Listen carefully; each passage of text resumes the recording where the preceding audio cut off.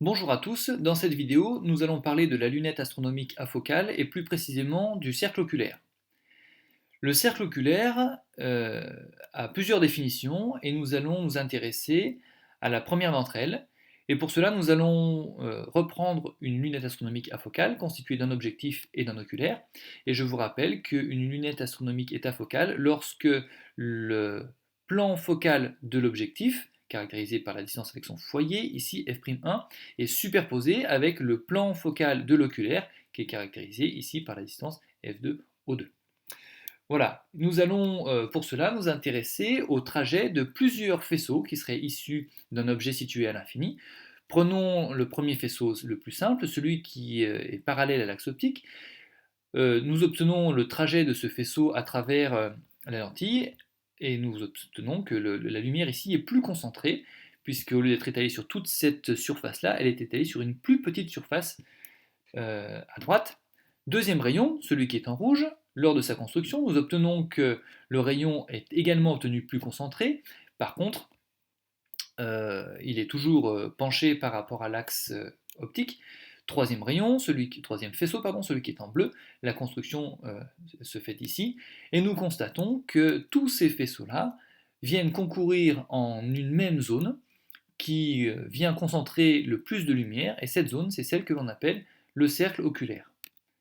Alors il est intéressant de nous intéresser à la position pour laquelle la lumière est la plus concentrée, justement, et pour cela nous allons nous intéresser à la lumière arrivant au point extrême de l'objectif, le point le plus haut de l'objectif ici, et parmi tous ces rayons, il y a ceux qui passent à travers l'oculaire, qui nous intéressent bien évidemment, et on va pouvoir construire la suite de ce faisceau en nous appuyant sur deux rayons que je vais dessiner en pointillé. Le premier est celui qui passe par le centre et qui n'est pas dévié. Le deuxième est celui qui est parallèle à l'axe optique et qui passe par le foyer. Ces deux rayons se croisent en un point, c'est le point pour lequel se croisent tous les rayons qui passent l'objectif à travers ce point initial là et qui vont traverser l'oculaire. Nous allons maintenant faire la même construction, mais pour les rayons qui viennent d'un objet et qui viennent frapper l'objectif par le point le plus bas ici. Et bien tous ces rayons-là vont également poursuivre leur trajet, et nous nous intéressons à ceux qui vont traverser l'oculaire seulement. On va utiliser la même construction que tout à l'heure pour voir la suite de ce faisceau.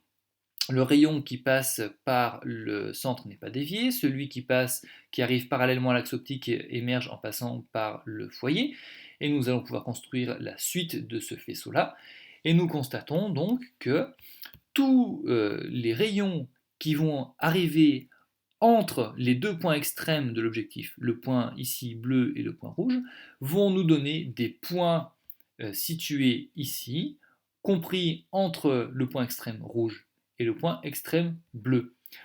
Il est intéressant de montrer maintenant d'une manière assez globale l'ensemble de tous ces rayons. Si on les trace tous d'un coup, voilà ce que l'on obtient. Tous les rayons qui passent par l'objectif et qui passent par l'oculaire vont nous donner un faisceau qui a cette allure-là. Et on voit bien qu'il y a une zone plus concentrée en lumière ici, qui s'appelle le cercle oculaire. On peut donc donner cette définition au cercle oculaire. C'est la position pour laquelle la lumière émergeant de l'appareil est la plus concentrée.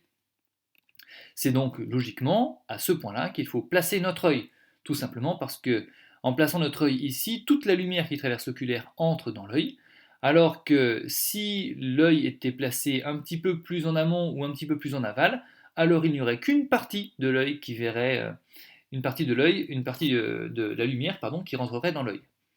Alors, dans cette position de l'œil, nous obtiendrions tout de même une image, puisque l'image est obtenue à l'infini, quelle que soit la position de l'œil, on verrait l'image. Par contre, pour obtenir l'image la plus lumineuse, il faut placer l'image sur le cercle oculaire.